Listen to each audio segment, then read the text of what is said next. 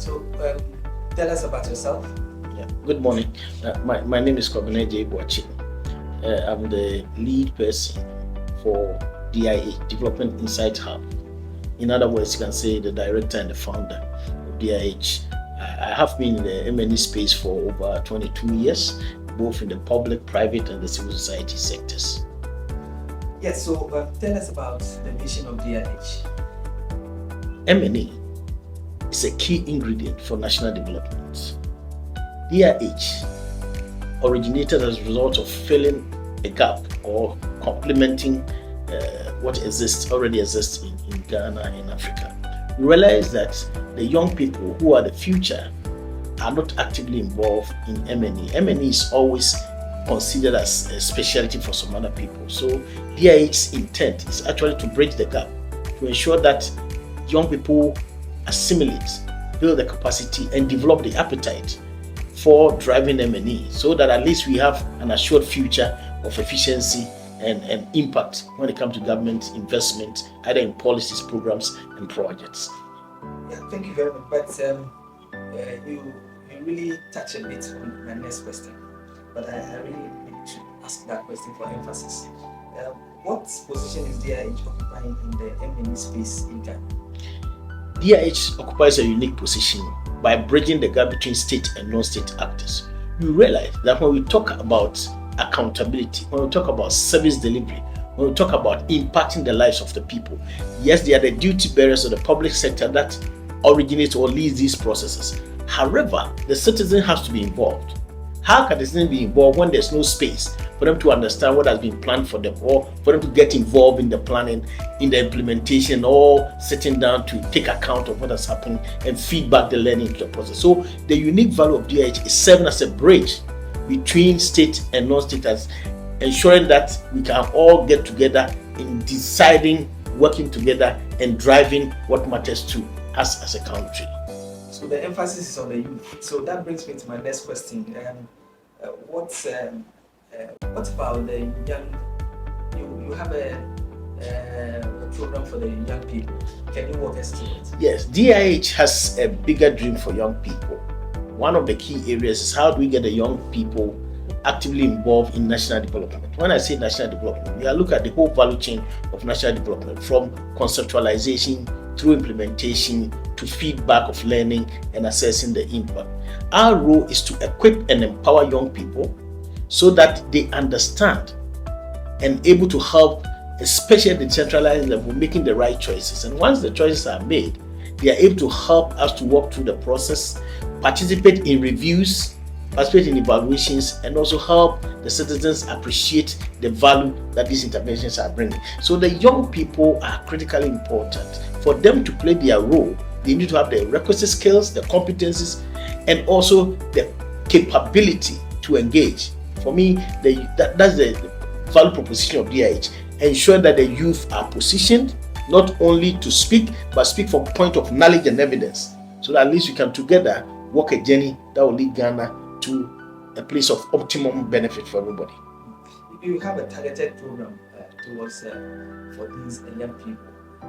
What is that program, and how is it going so far? What is the composition of the young people that are engaged in this program? DIH's concept is based on initiatives that are targeted.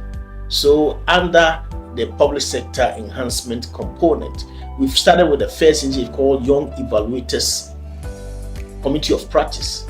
It is a space where we actually we've identified, mobilized, and groom young people in the basic concept of M&E, equip them with the tools and the competencies so that they will be able to, at the supply side, support the generation of evidence-based information, support their institutions and organizations to actually conduct, design, and implement tools and systems that will help them to focus their priorities. And once it is done, to also play an active role in evaluation and assessment of these things. So the whole idea of the YECOP is grooming young people who are technically competent, grooming young people who are positioned, grooming young people who understand the nomenclature of M&E, grooming young people who know how evidence is generated, and stimulating demand. You see, that point is extremely important for me. How can the young people become a conduit for stimulating demand for evidence use. But we know that it's not that we don't have the capability, we have it. But how do we use it? How do we feedback learning? The young people are a critical vehicle. And what DIH is doing through this Agyei is to ensure that they are fully equipped, adequately positioned, so that they can fully contribute to the process. We understand that you have the first cohorts of the Agyei and the young evaluators. How many are they in total? What's the composition in terms of gender?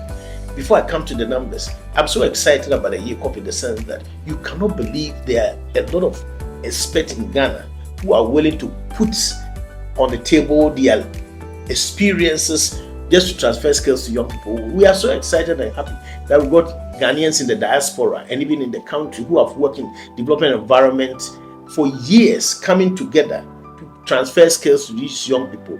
As we speak, we have plus or minus 30 young people. When I say young, not young people, they are brilliant, intelligent, most of them with master's degree and that kind of stuff, who have come together to be trained. The ladies constitute a significant number. About 30% are ladies, and we hope the next cohort will get more ladies. And the ladies in this group are very, very powerful in the sense that they are very proactive and they are actively involved in the process. This whole idea that we can't do it as a country is so exciting when we meet these young people.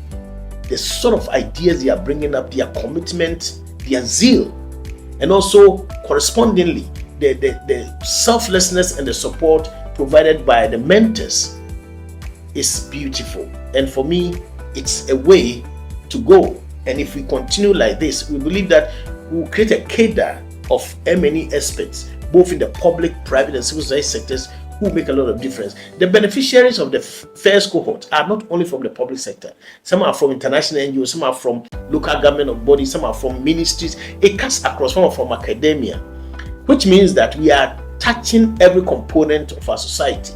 And if we can continue, which is what we want to do, by the end of the year, we'll have the second cohort, and we will have plus or minus like 100 people real positioned to be able to serve as champions in the M&E space.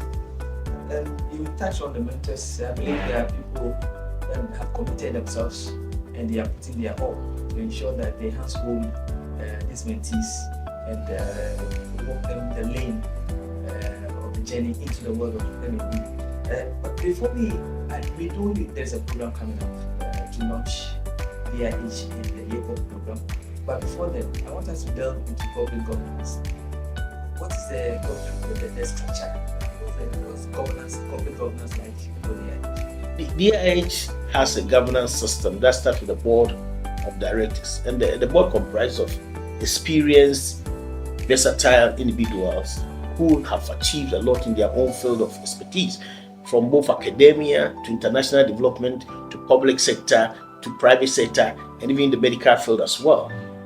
It comprises of matured people and also young people. We believe that the youth should not wait. We can't wait to let them only come in when they have attained like 40, 50 thereabout. If we believe in young people, the young people should sit around the table. So when it comes to our board, there are still young people who are on the board. Therefore, they begin to build the capacity and the confidence in driving development. So we have this board, and the board is supported by a secretariat of experts in subject matter areas. And behind the secretariat are the administrative board. And we also now grooming this network of M&E practitioners. Eventually, they become associates, because the whole idea is that we should get to a point where we are able to serve our communities very well with people who have the knowledge. So when we talk about DIH, it's a community. It's not just a few people. So we have this governance arrangement, but beyond that, we will grow it such that in every district, at least we have somebody who has benefited from DIH and becomes an appendix to the DIH, so that at least we can help the assemblies in pursuit of M&E. The striking feature is that you have young people also on the board. Yes. It's very, very striking. Yes. So you have an event coming up. You want to launch DIH and the Agyei program. What do we expect? DIH is the go-to place